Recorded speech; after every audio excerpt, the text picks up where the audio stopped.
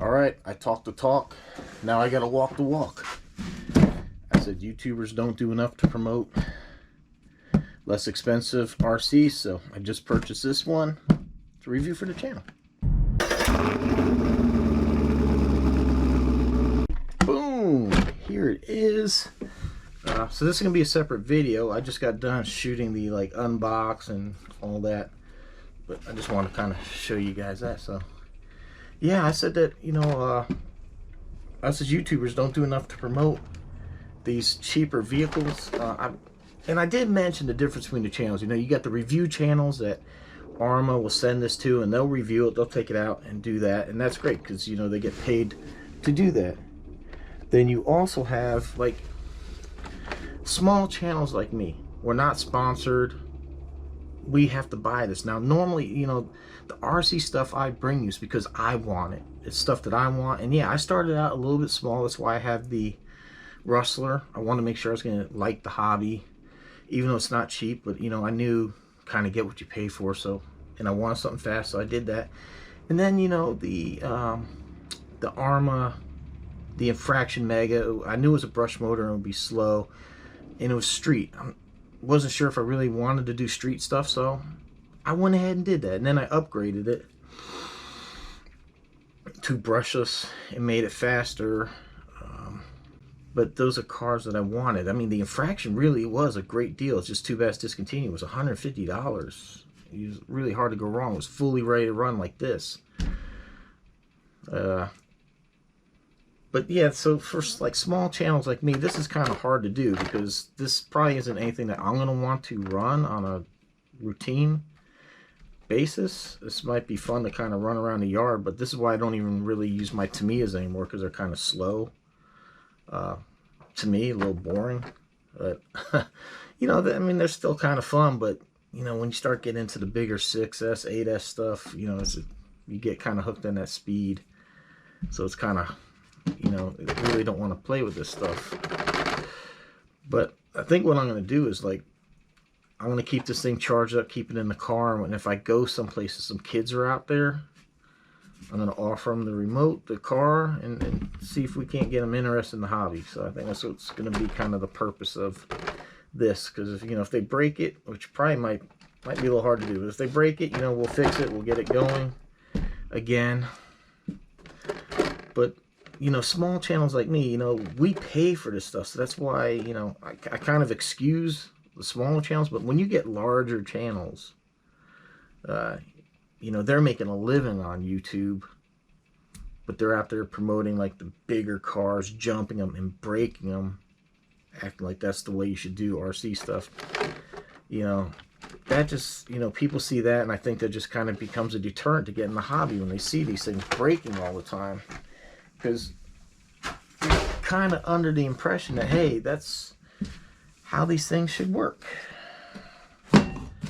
So, man, that being said, we got some unboxing, we got some stuff coming in.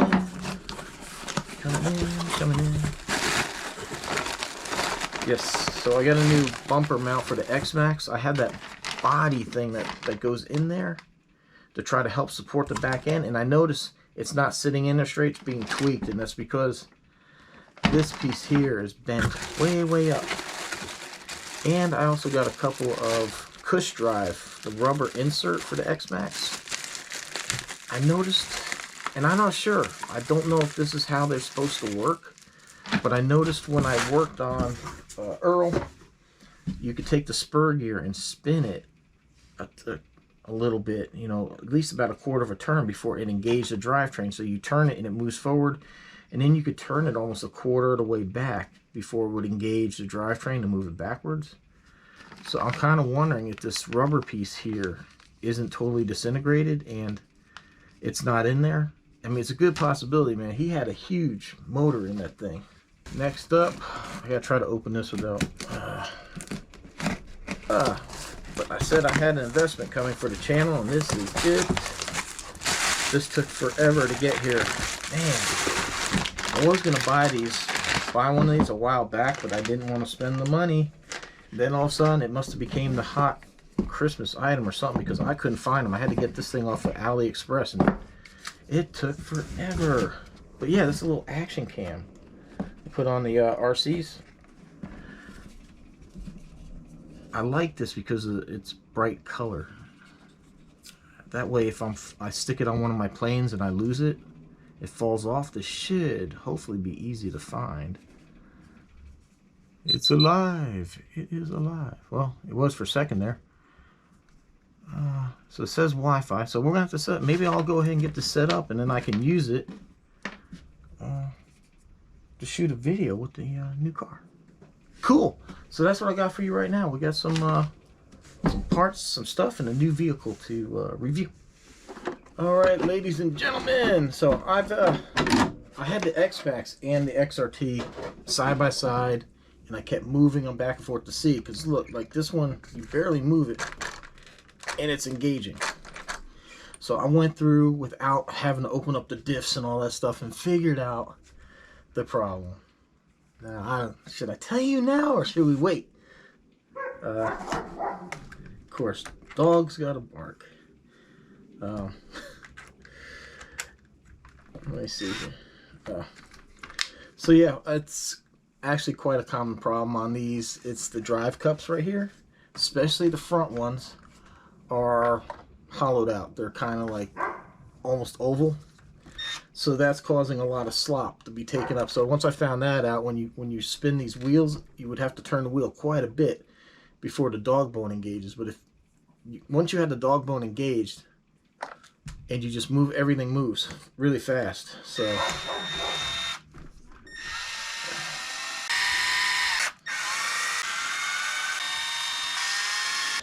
yeah, that was it. It's man, I wasn't sure what it was. I thought maybe the cush drive or something like that, but without really diving into it, you know, too much. I really didn't want to have to open up the diffs to investigate stuff. Oh, you see it? Like this is I'm over here taking this thing apart. Like, I'm pretty sure. So what I'm doing is, this is bent. Normally it wouldn't be a problem, but I have this bodyguard that's supposed to sit in here and help support the back of the Xmaxx. I didn't do this initially, and this thing already got bent, and because it's bent, it's breaking this piece. And I got this on eBay, Hamilton 3D Designs, Xmaxx Ultimate Body Saver. Initially, when I put it on, the body was popping off a lot, but I think that's probably because this thing was already bent and damaged, so that was probably the problem there. Plus, this thing's been binding, so it's been making it hard to get the body on and off. So yeah, there we go. Okay, so that's what it should look like. Should be straight. Oh, this thing goes on one. Okay, so at least it's still together. And then this one here too should be straight. It shouldn't have the arch. So let's see, how does this thing go here? Oh, I do have to take this bumper off. Okay, so it sits like this, and then this goes here, and these pieces go up. And remember, when you're using these drills, just use it to get the screws snug. Don't go full ugga-dugga and try to wrench these things down. That's how you strip out this plastic here. So I have this thing set at the lightest setting at 1. That really seems to do pretty good when you're going plastic to plastic. And then I can just tighten that up. So now, as you can see here, this is designed to sit right in here. That's unfortunate. That thing's kind of broke, but that's what it does. It sits here, and then it helps support the body. It's right here in the back bumper where you get those screws. Goes like that. And then, wow, that goes on so much easier without the bumper snagging. but maybe you can see it sticking out there, right there. Hard to tell, but yeah, it's unfortunate it broke right there. But basically now this gives support, so when you land or something, you don't, because right here it's split, right there it's split, it's bent right here, it cracked. You know, that's the one thing I don't like. These traxxas only put a bracket here, and it's not even really connected. I mean, you could say maybe through here, but none of this is, man. This all needs to be reinforced. It needs to be connected into the skeleton in here, and it's not. You know, it's unfortunate. This is, well, this and the XRT now are the same price, but the most expensive part I got. And look, I mean, there's just this little thing here. And yeah, so what, the roll, so this somewhat connects to there, but it really needs to be fully integrated. Like, this thing needs to come up and around, and they can learn a lot from what Arma did with the big rock. But yeah, check it. Ooh, got the new bumper on there. Boy, is that. Hey, it's all part of the hobby.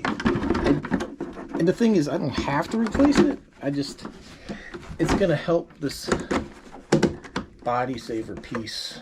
Plus, like, right there with the way my Xmaxx body's poking out, it kept snagging on that. So.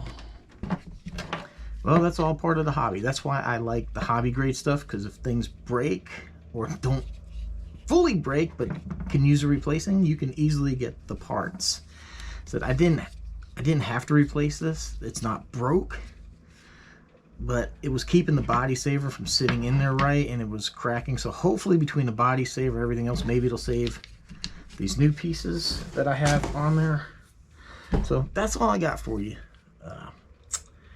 I will order the drive cups. We'll get the XRT running, and that should show that that's what it is. Like I said, when you move the wheels, the drivetrain's moving, but there's no spinning of the wheels. So but if you grab by the wheels, as soon as it engages, like if you spin, it's hard to, if you spin it, you can see the drive cups turning, and it has to wait until the dog bone catches, and then everything moves. So as you turn the wheels of the drivetrain, that it's spinning in there until it, because it should be like this where it's more tight, but it's kind of opened up, so it's taking it a while for it to get caught up in all that.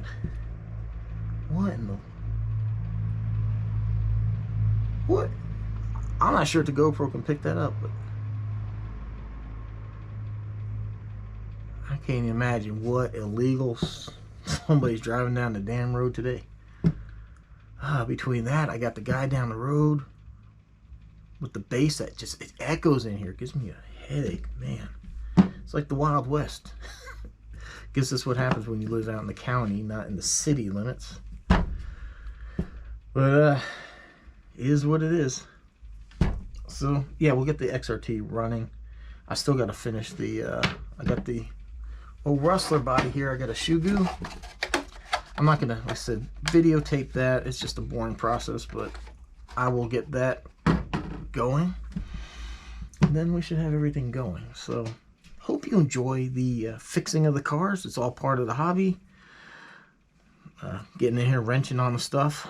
It's not hard. I hope it doesn't deter people from getting into the hobby. It's not hard at all to kind of figure this stuff out, and there's plenty of videos if you do get stuck on something like rebuilding a diff or shocks or something like that. There's plenty of how-to videos out there that help you along and figure one thing out from another. So hope you enjoyed. Thanks for watching. Like, shares, comments appreciated. Definitely appreciate the support and the friendly comments, everybody. It's amazing. So thank you for watching, and hope to see you next one.